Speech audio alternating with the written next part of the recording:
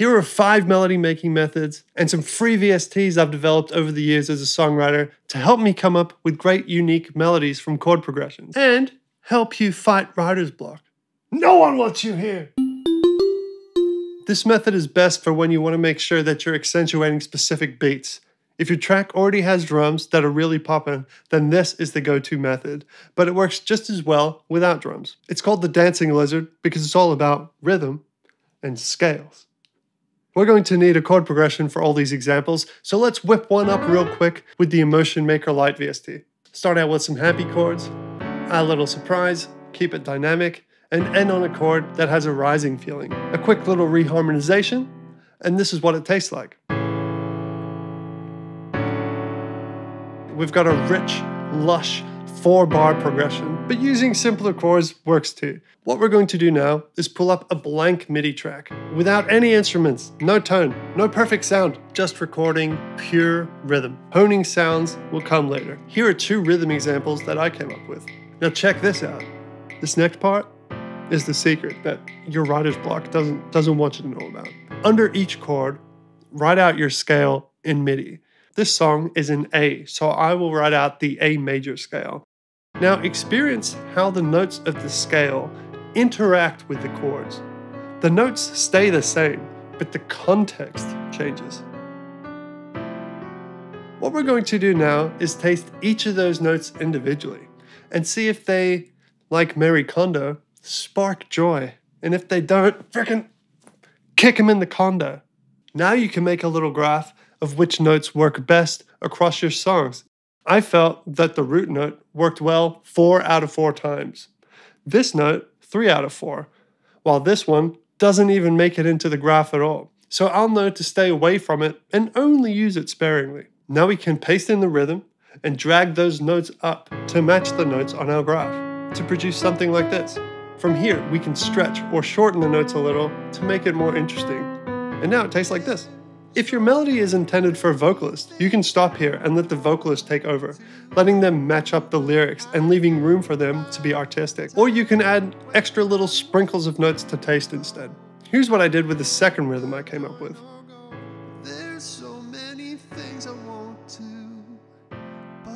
Two quite varied styles using the same basic technique. Pretty cool. Method 2. Super sampling. Super sampling is a great option for when artists tend to write long-winded melody lines. Repetition is key to a great song, and super sampling leads to short motifs, small little melody chunks that repeat that your fans can really latch onto. This method leads to quick, tight, catchy style melodies, whereas the Eatin method, coming up next, leads to longer, more beautiful, epic style melodies. The idea behind sampling is taking found, medium, chopping it up, stretching it out, and pitch, shifting it to give you a palette to work from for your songs. But super sampling cuts a lot of that effort out. With super sampling, you can cut up your own freestyle over the chord progressions. This way, you can hit the notes, you can freestyle with a vibe in mind, and it's in the right tempo and generally in key. Here's what I came up with. I took this 20-minute freestyle of me just making noises to the chords and listened back and found 41 usable motifs that I'd thrown into a sampler, of which I ended up using my favorite 3. I wasn't singing anything specific.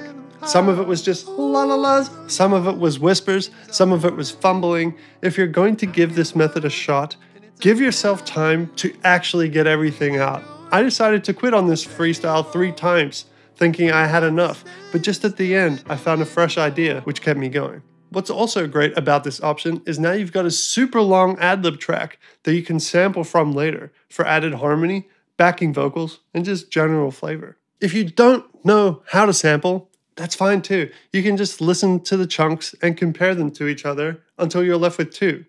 Your favorite becomes the chorus, your second favorite becomes the verse.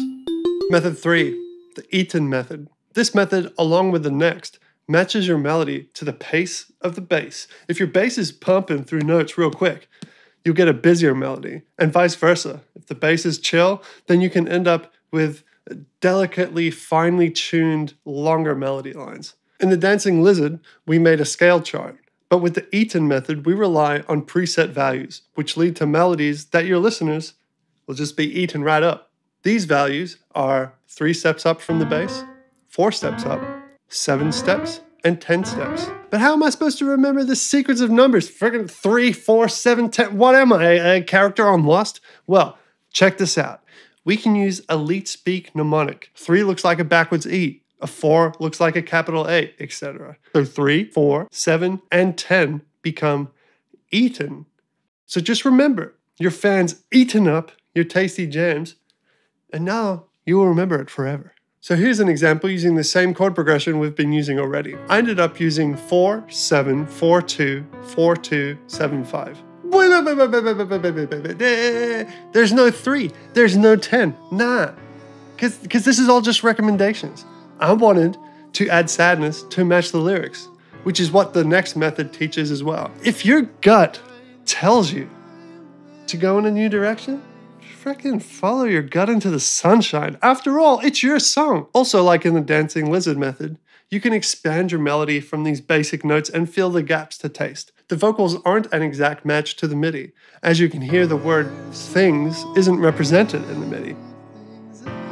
But I used my artistic license to find something that would fit, using the MIDI as a reference skeleton. Also worth noting, I reharmonized the second chord when I was putting the chords together earlier, which affected the bass notes that this method was referencing. So you can play around with reharmonizing all the chords in different ways and running them through the method again for even more melodic possibilities.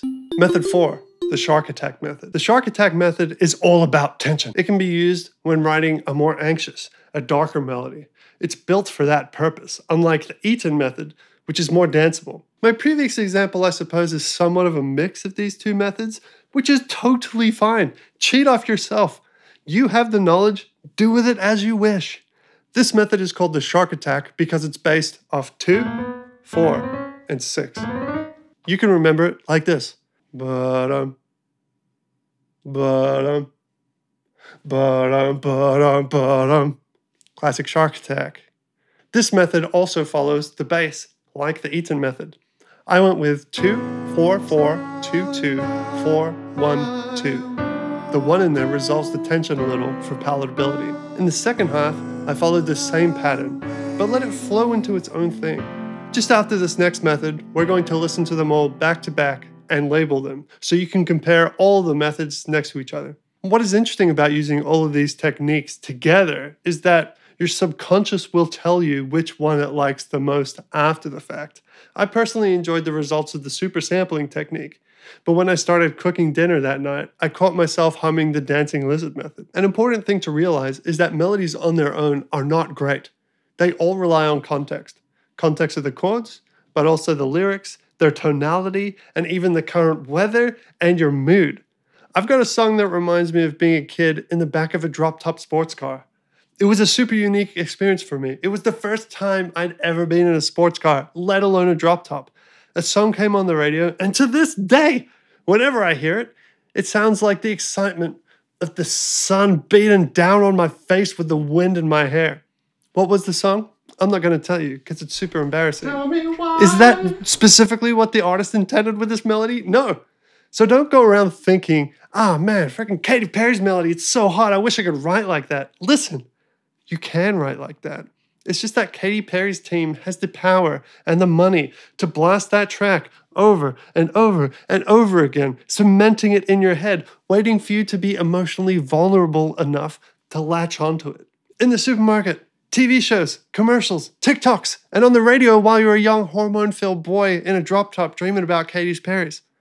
What I'm trying to say is if writing melodies gives you anxiety, remember you can write the same level of melodies with these techniques. You're just too poor for anyone to care. This method is great for super strong Katy Perry level choruses. It's based on a little bit of music theory called resolutions, but we're going to skip past the minutiae of going to music school, and I'm just going to lay out the important dates for a poppy track right here. So just bear with me. A triad chord is built out of 3 parts: the root, the third, and the fifth. The root is a young kid in a biker bar. He's saying, "Hey, listen up, I got something to say." But the root can be drowned out by everything else happening in the bar. The fifth, right? Root, fifth. The fifth is the kid's strong dad. He's the muscle. The fifth says, "Hey, listen to my boy. He's got something to say." And people respect the muscle. If the muscle says, "Listen to my boy," you turn around and you put your attention on the boy. Then there's the third. This is the person sitting right next to the boy. It's not what people are focusing on.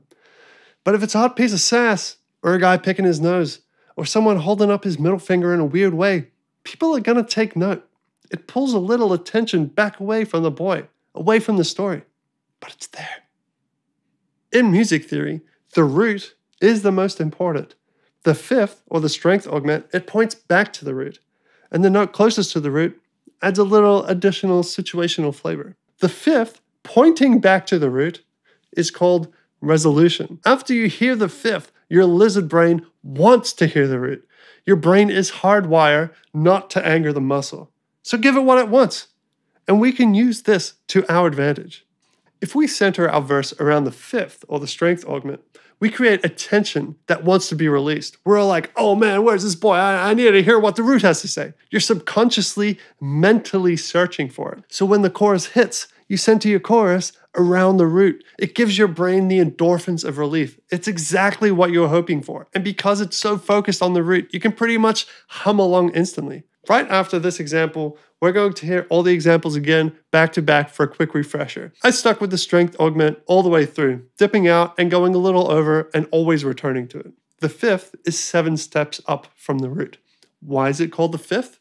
Because music theory. I chose to try the root an octave higher, or 12 steps up, to add a little spicy variance. It's a pretty Katy Perry kind of move. Often in pop, the chorus is sung higher. It helps to differentiate it from the verse. If I was going to turn it into an actual song, I'd probably give it to a lady, or I would shift the chord progression down to something that's a little bit more comfortable, more in my range. So let's have a listen to just the MIDI, because my high notes are embarrassing. And I'm just buying time, hoping maybe you'll be satisfied with the MIDI alone and turn the video off before you hear my freaking cat screech of a voice. But I guess now you're like, well, I kind of want to hear it. So, okay, fine. MIDI first and then the vocals, all right?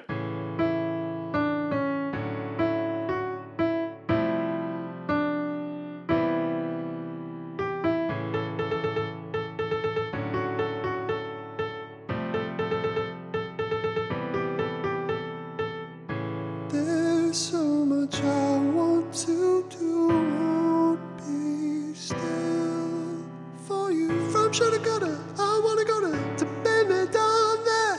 They ain't no one gonna, no one gonna, you won't hold me back. Hopefully you aren't bleeding from your ears. Now let's listen to all the examples again, back to back. But first, just make sure to download the Melody Maker bundle below. It's totally free. It's got the Emotion Maker Lite VST, which I used to make the chords. And it's also got the Melody Cheat Sheet VST, which you can use as a reference in your DAW to remind you of these methods for when writer's block sneaks back into your life. Okay, here we go. Back-to-back method results. If you have any questions, just ask them below. I want to know what you're struggling with, and maybe I can help you with a future video. So like this video if you want to support me, and subscribe if you want to support yourself. Let's go. There's so many things I want to do, but I can't find time when I'm with you. So I either join or go. There's so many things I want to, but I can't find time when I'm with you. There's a lot of things I want to do, and I can't find anytime when I'm with you. So either join or let me go, 'cause I'm not standing still with you anymore. There's so many things I want to do, but I can't find the time when I'm with you. There's a lot I want to do, but I'm not waiting for you.